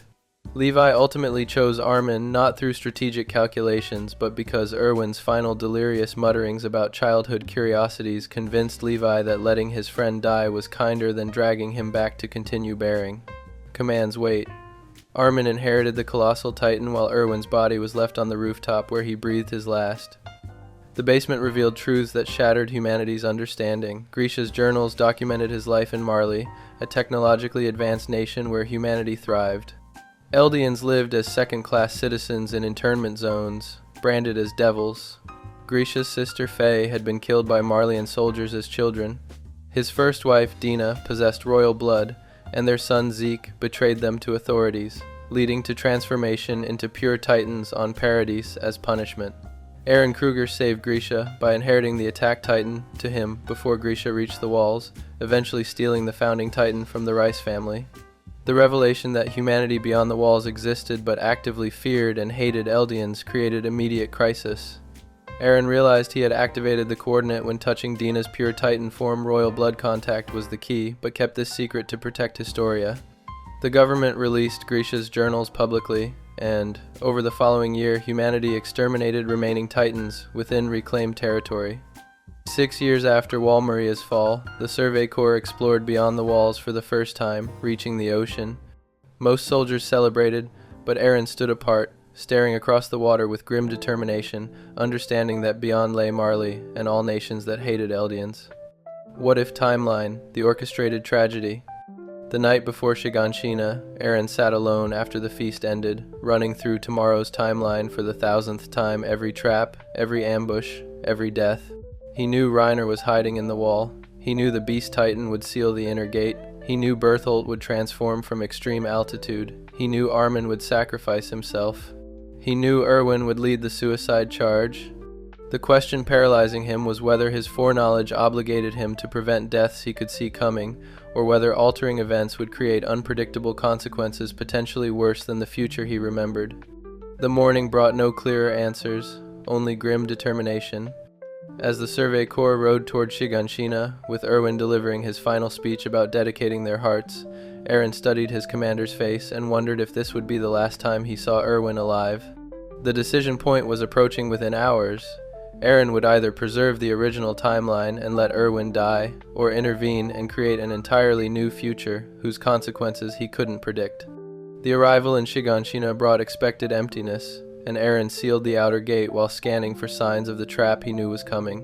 When Armin identified Reiner's hiding place inside the wall, Eren made no move to accelerate discovery or warn anyone prematurely. He needed the battle to follow the original timeline's pattern closely enough that Zeke wouldn't realize Paradise possessed foreknowledge. When Levi's blades failed to kill Reiner by milliseconds and the armored titan emerged, Eren transformed with controlled precision, engaging Reiner while silently counting down to Zeke's appearance. The Beast Titan's arrival came exactly as his memories predicted, and Eren felt sick satisfaction at the precision of his foreknowledge. Even with all his interventions, some events seemed fixed points. Zeke hurled the boulder that sealed the inner gate, his tactical thinking evident in how he positioned pure titans to cut off escape routes. Eren recognized his half-brother's combat style. Understanding the man orchestrating this ambush was Grisha's first son, who had betrayed his parents but would eventually become Eren's ally in activating the rumbling. The battle inside Shiganshina progressed with eerie familiarity as Hanji's squad and Levi's squad deployed thunder spears against the armored titan. Eren positioned Reiner through calculated combat that appeared instinctive but was actually staging a play where actors thought they were improvising but followed his script. When Reiner's roar signaled Bertholdt's arrival, Eren knew it was coming but made no move to prevent the explosion despite having power to warn everyone. The calculation was brutal. Preventing Bertholdt's transformation would create butterfly effects, allowing his escape, and Eren needed the colossal titan captured to maintain timeline stability. The battle against the colossal titan became the moment when Eren's foreknowledge proved most valuable and horrifying.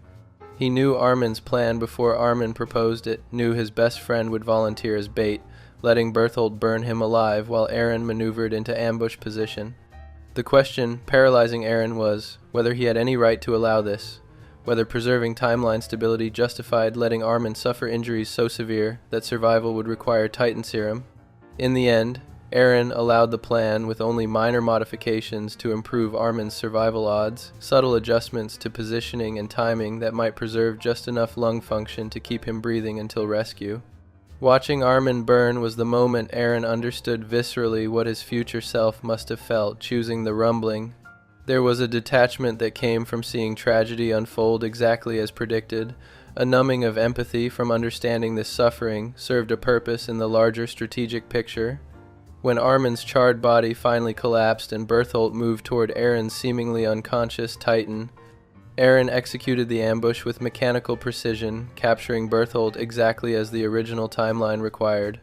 The victory felt hollow because Eren knew the real battle was only beginning, that the impossible choice between Armin and Erwin was approaching. Outside the wall, the situation deteriorated exactly as predicted, the Beast Titan's bombardment decimating Survey Corps forces.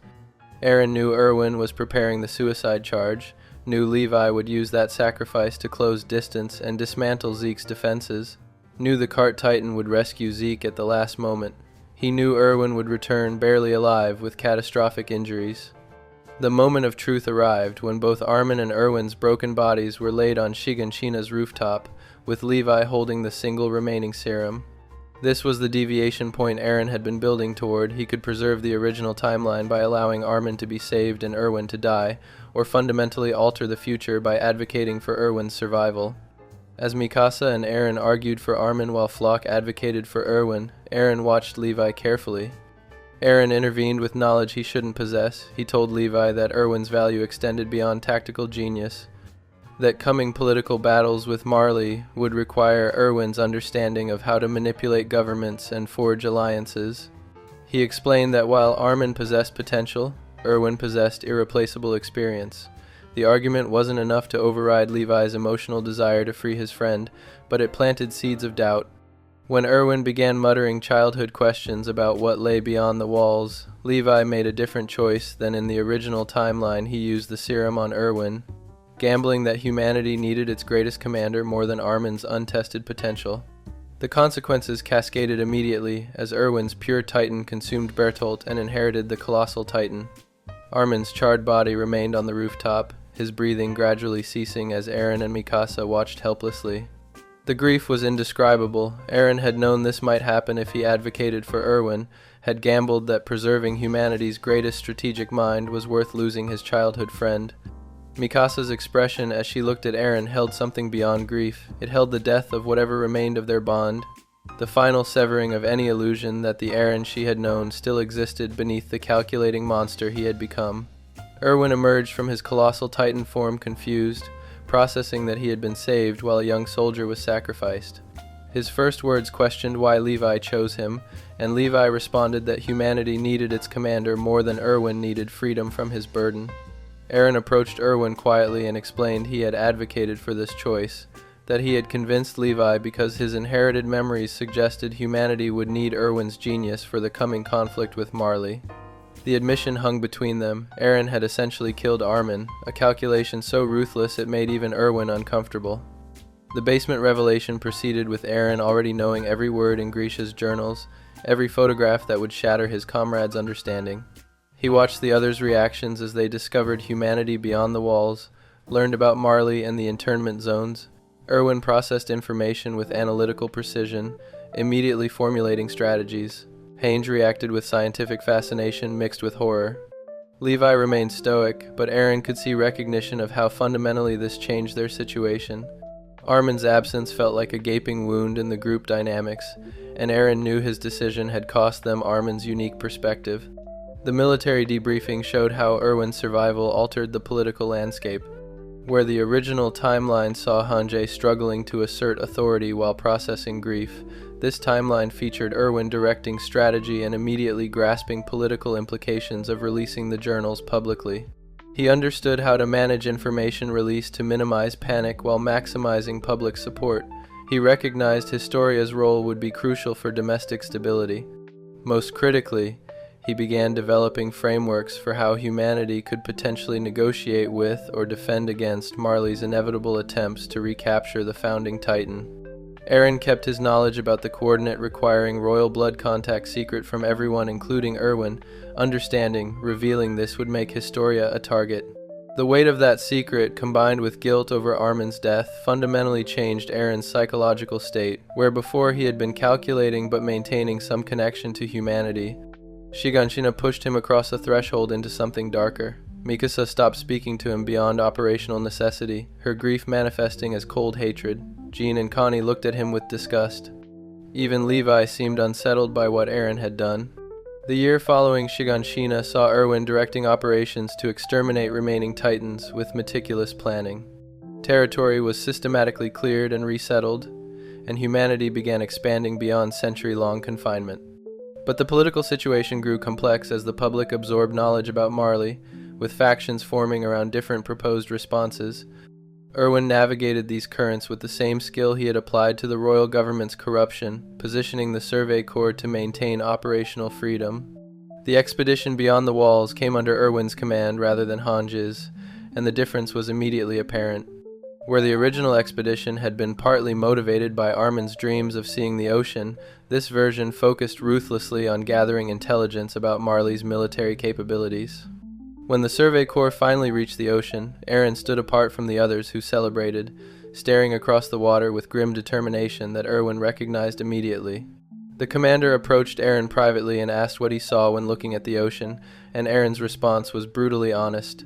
"I see the barrier between us and our enemies. I see the distance we'll need to cross to make sure they can never threaten us again."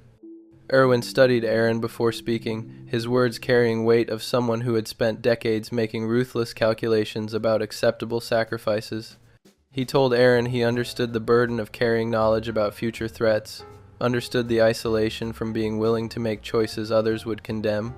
But he also warned Eren there was a difference between ruthless pragmatism for humanity's survival and losing yourself so completely in strategic calculations that you forgot why you were fighting.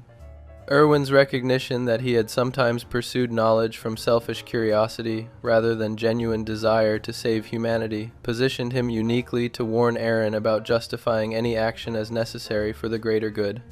The conversation ended without resolution, but it planted seeds that would grow as Eren and Erwin worked together to develop plans for infiltrating Marley and potentially preventing the rumbling through preemptive strikes.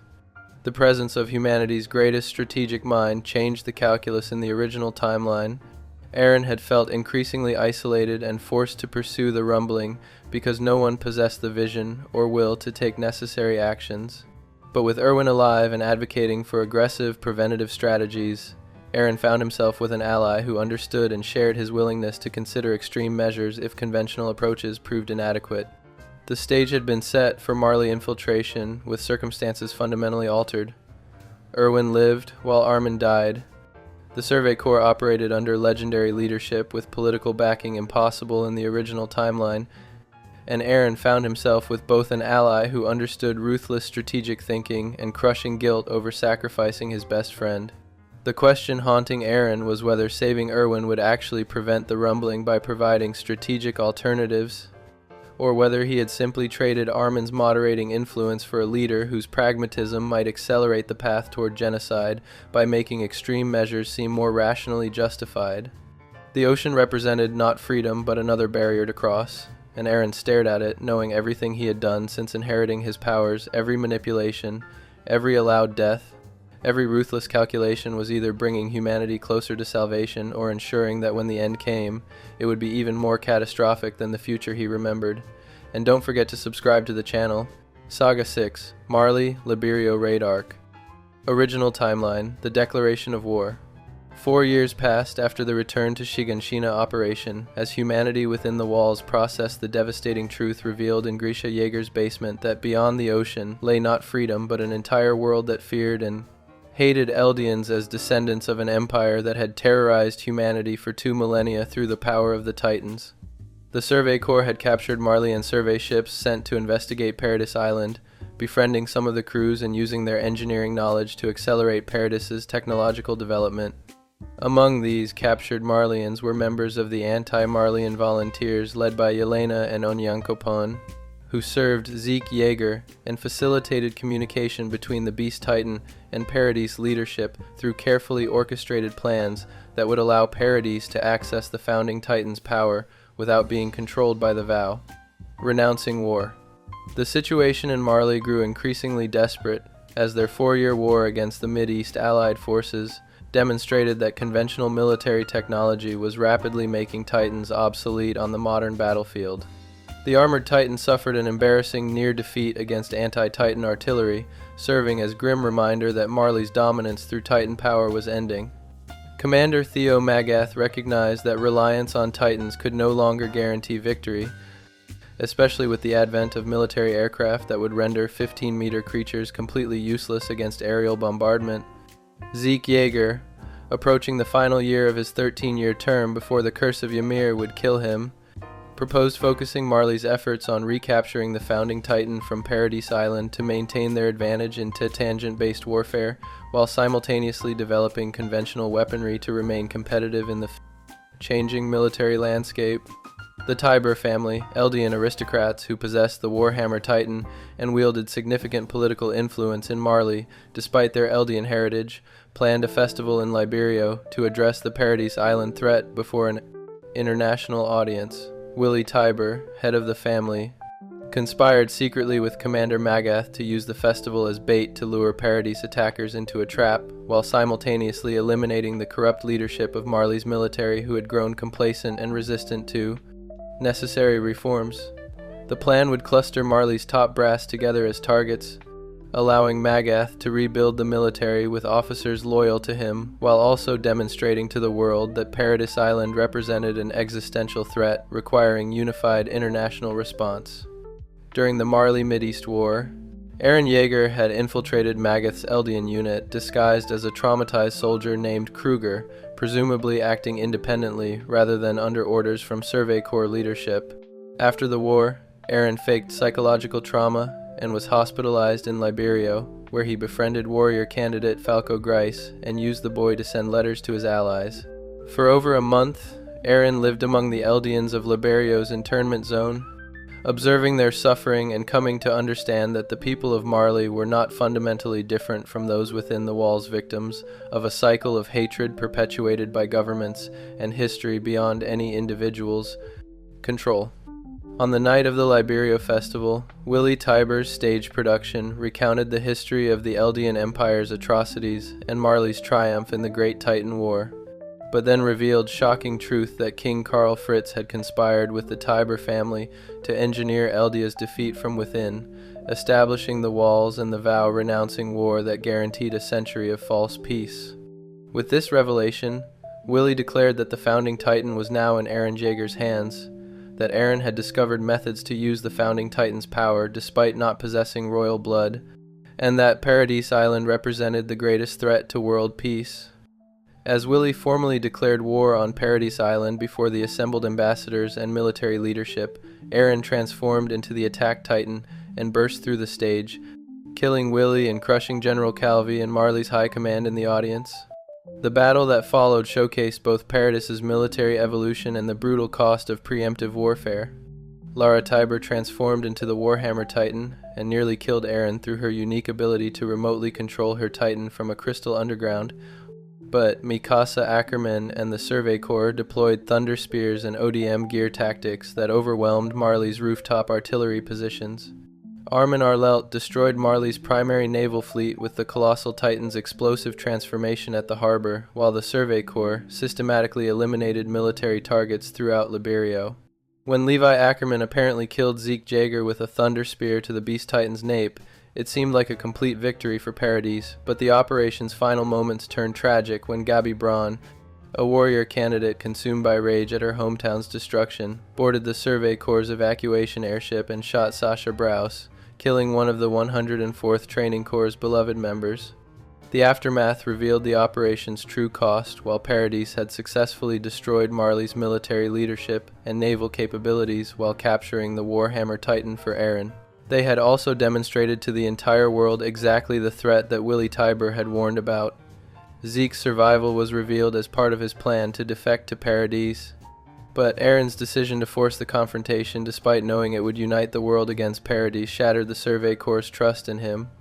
The raid's brutality and the deaths of countless civilians in Liberia created an irreparable rift between Eren and his former comrades, who recognized that the boy who had once fought to save humanity had transformed into someone willing to commit atrocities in pursuit of goals he refused to fully explain to anyone.